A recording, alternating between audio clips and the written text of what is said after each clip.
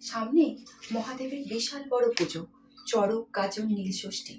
আমার জীবনে ঘটা এই নীলষষ্ঠীর ব্রত নিয়ে দুটো অলৌকিক ঘটনা আজকে আপনাদেরকে শোনাবো। ছোটবেলায় সকল বন্ধুকে দেখতাম শিবরাত্রির ব্রত পালন করতে, আমিও করব বলে খুব ঝুঁকেছিলাম।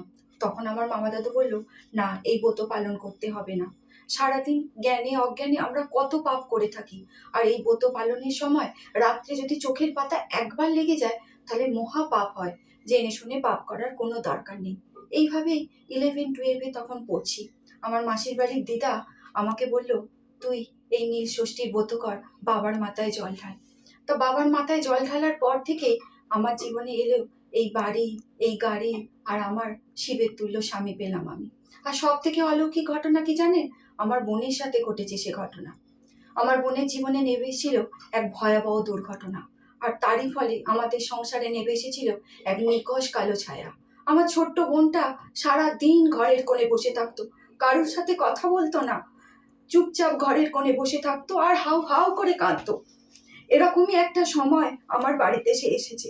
তখন আমি তাকে বললাম, তুই কান্নাকাটি ছাড়, তোকে কোনো মন্দির মসজিদ কোথাও যেতে হবে না, তুই আমার বাড়িতে আমার শিব ঠাকুরের মাথায় জল ঢাল আর এই ব্রত পালন কর, আর মনের ভরে বাবা তারকনাথকে তোর মনের কথা বল।